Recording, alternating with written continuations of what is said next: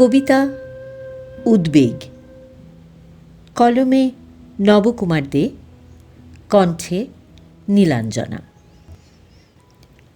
আজকাল কেউ একা আছে, একা থাকে শুনলেই কেমন ভয় পাই।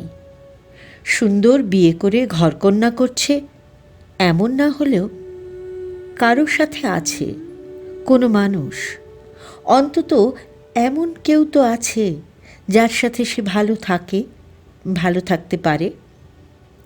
একা থাকে শুনলেই ভয় পাই, আঁতকে উঠি। অন্তত একটা পোষ্য বিড়াল বা কুকুর থাকলেও কেমন ভরসা হয়। অন্তত কাউকে তো ভালোবাসে, অথবা কেউ